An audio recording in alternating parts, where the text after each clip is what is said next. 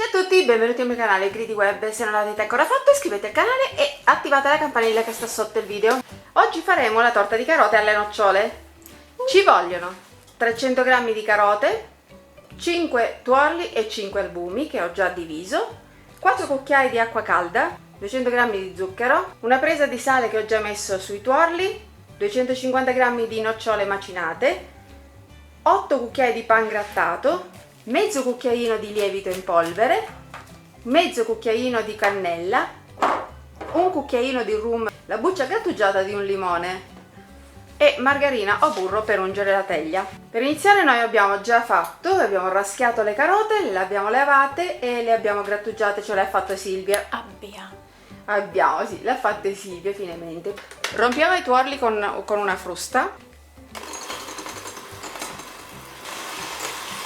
Aggiungiamo i 4 cucchiai di acqua calda e mettiamo 2/3 dello zucchero. Il resto andiamo a montare, nel frattempo che Silvia monta i tuorli con lo zucchero, montiamo gli albumi con il resto dello zucchero.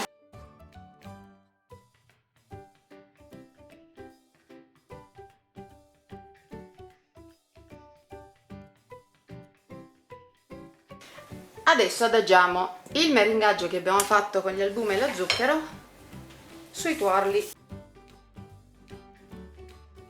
Dobbiamo adagiarci adesso sopra le carote, le nocciole. Come faccio a mischiarlo, scusi? Dopo lo mischi, tranquillo, lo troviamo il sistema. Tutte? Sì.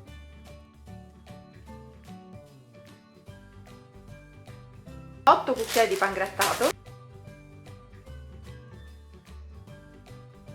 Allora, per comodità ce lo mettiamo nella ciotola più grande. Mezzo cucchiaino di cannella, mezzo cucchiaino di lievito in polvere, la buccia grattugiata di un limone. Adesso dobbiamo mescolare delicatamente, molto delicatamente, tutto insieme.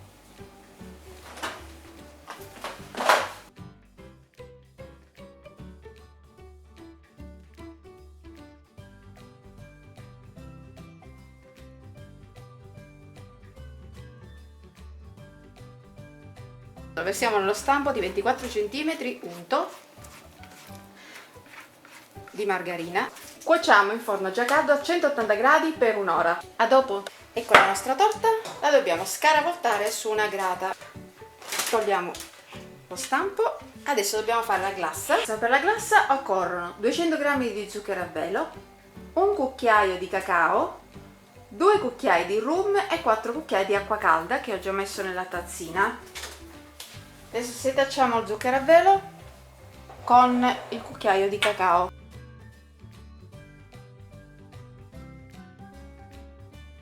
Aggiungiamo l'acqua e il rum e mescoliamo.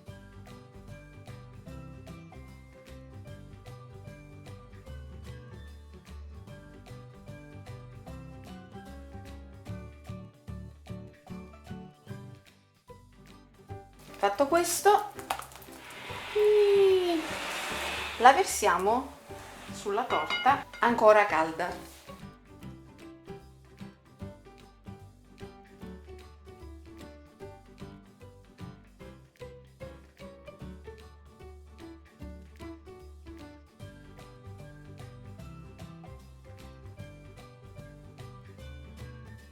Dopo averla ricoperta, vi do una brutta notizia. Perché questa torta dovete farla raffreddare completamente sulla griglia. La prendete, la mettete su un vassoio, la mettete dentro un portatorta coperta e deve stare in frigo per... Silvia, glielo vuoi dire tu? Questa torta deve riposare in frigo per 2 giorni. Eh sì, si mangia dopo 2 giorni questa torta, per cui per adesso ci lasciamo e ci vediamo tra 2 giorni. E adesso la apriamo. Auguri! Me li faccio da sola. Grazie.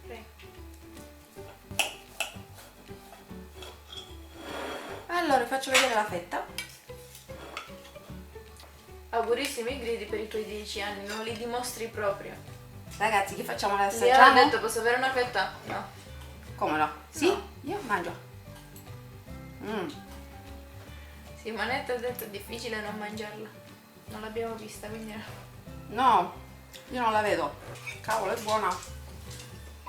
Vi è piaciuta la ricetta? Fatemelo sapere nei commenti, mandatemi le foto se le fate, sarò felicissima di aggiungerle nei prossimi video. E oggi ringrazio una mamma che è un'amica speciale, voglio un sacco di bene, Doviziana Bloom, è un'amica di Facebook, mi ha mandato le foto del suo piccolo che prepara i frollini Ela. Ragazzi, fa tutto da solo, si è pesato gli ingredienti, ha impastato, ha stirato, ha fatto le formine. Tesoro, sei bravissimo. E io, zia, allora ti mando un grande, grande, caloroso, un mondo grandissimo di abbracci. A te e mamma, continua così. E voi continuate a seguirmi. A presto, alla prossima, ciao a tutti!